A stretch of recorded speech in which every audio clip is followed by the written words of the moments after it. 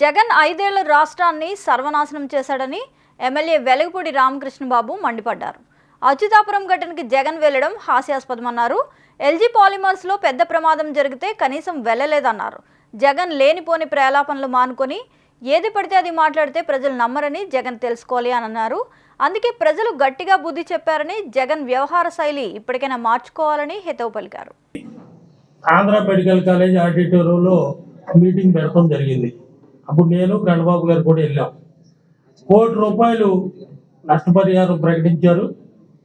చిన్న చిన్న గాయాలు తగిలిన వాళ్ళకి ₹1,00,000, ఒక వైద్య శిబిరం తూతూ మంత్రంగా వైద్య శిబిరం ఏర్పాటు చేసి వైద్య శిబిరంలో వచ్చిన వాళ్ళకి ₹5,000 ఇచ్చారు. 11 మందికి ₹11 కోటి ఇచ్చి తర్వాత 3 చనిపోతే రెండో రోజో మూడో రోజో తీవ్ర గాయాలు పాలైనాడు. వాళ్ళకి ఇప్పటికి కూడా ₹1 ఇచ్చావా? ఎల్జీ పాలిమర్స్ లో ఇంత ఇష్యూ జరిగితే నువ్వు సంఘటనా స్థలికి వెళ్ళావా? వెళ్ళలేదు. కనీసం ఎవరిని, కనీసం ఎమ్మెల్యేలు కూడా అక్కడికి వెళ్ళనిచ్చే పరిస్థితి లేదు. ఆ రోజు కనీసం అక్కడ ఆవులు గేదెలు ఇవన్నీ చనిపోతే కాంపెన్సేషన్ లేదు. హాస్పిటల్ కట్టానన్నావు, హాస్పిటల్ లేదు. అసలు ఎక్కడైనా ఒక ఇష్యూ జరిగినప్పుడు సంఘటనా స్థలికి వెళ్ళాలని సైకో జగన్మోహన్ రెడ్డికి ఇప్పటికీ ఆయనకు బుద్ధి రాదు.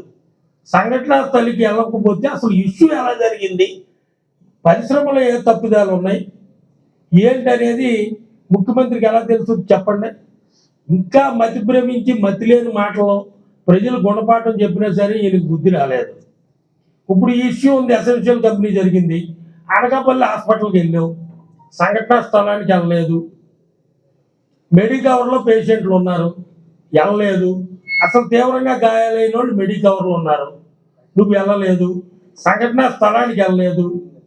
అదేమంటే డబ్బులు ఇచ్చే వరకు బాడీ, ఇందాక పల్లగారు చెప్పినట్టు వాళ్ళ నాయకులు మార్చిరి దగ్గరికి వచ్చి లేనిపోని మాటలు బాడీలు తీసుకెళ్ళొద్దని.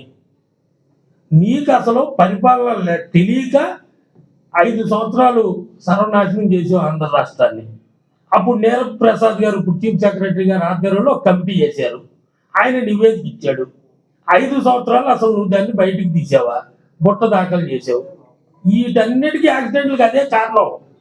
చంద్రబాబు నాయుడు గారు వచ్చారు, మెడికవర్కి వెళ్ళారు, కేజీహెచ్కి వెళ్ళారు, మార్చిరికి వెళ్ళారు, సంఘటనా స్థలానికి వెళ్ళారు.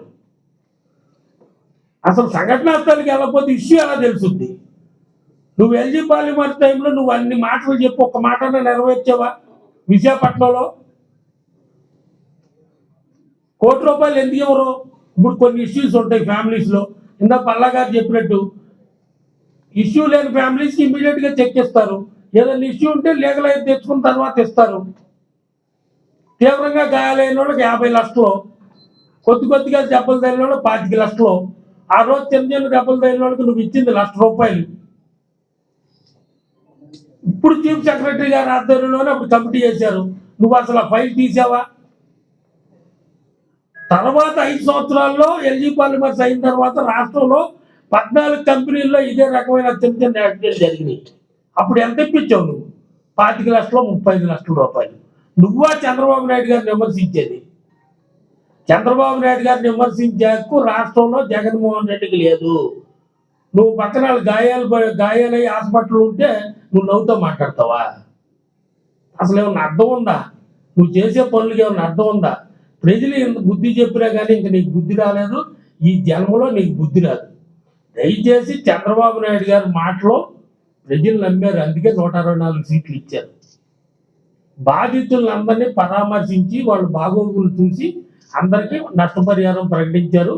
దయచేసి వైఎస్ఆర్సీపీ నాయకులు కానీ జగన్మోహన్ రెడ్డి గారు కానీ లేనిపోని ప్రలాపనలు మానుకోవాలని మీ ద్వారా ఆ పార్టీ వారిగా జగన్మోహన్ రెడ్డి గారికి తెలియజేస్తున్నారు.